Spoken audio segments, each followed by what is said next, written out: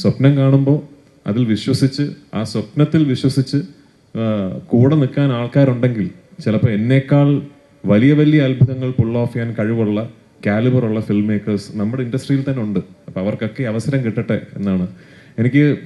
റിലീസിന് ശേഷം ഞാൻ പറയാം, എനിക്ക് നല്ല ഓർമ്മയുണ്ട്. ഞാൻ ഈ സിനിമയുടെ ഒരു പ്രോജക്റ്റ് കൺസെപ്ഷൻ സ്റ്റേജിൽ ഒരു മേജർ OTT സ്ട്രീമിംഗ് പ്ലാറ്റ്ഫോം ഒരു സൂം കോളിൽ എന്നോടൊരു നറേഷൻ ചോദിച്ചു. അവർ ഈ സിനിമയിലേക്ക് ഇൻവെസ്റ്റ് ചെയ്യാൻ വേണ്ടി.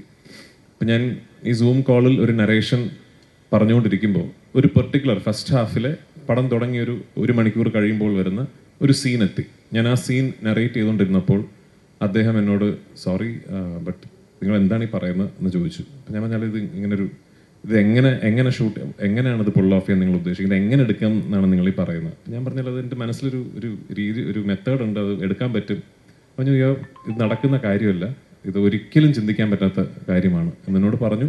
അദ്ദേഹം ഇന്നും അതേ സ്ട്രീമിംഗ് സർവീസിൽ ജോലി ചെയ്യുന്നുണ്ട്. So if you are listening, ഞാൻ ആ സീൻ ഷൂട്ട് ചെയ്ത് കേട്ടോ. അപ്പോൾ അതാണൊരു സ്വപ്നത്തിൽ ബിലീവ് ചെയ്യുന്നതും ബിലീവ് ചെയ്യാതിരിക്കുന്നതും തമ്മിലുള്ള വ്യത്യാസം. ഇതെടുക്കാൻ പറ്റില്ലല്ലോ എന്ന് ഒരിക്കൽ പോലും ഒരു സീനിൽ പോലും ആന്റണി പെരുമ്പാവൂർ പറഞ്ഞിട്ടില്ല.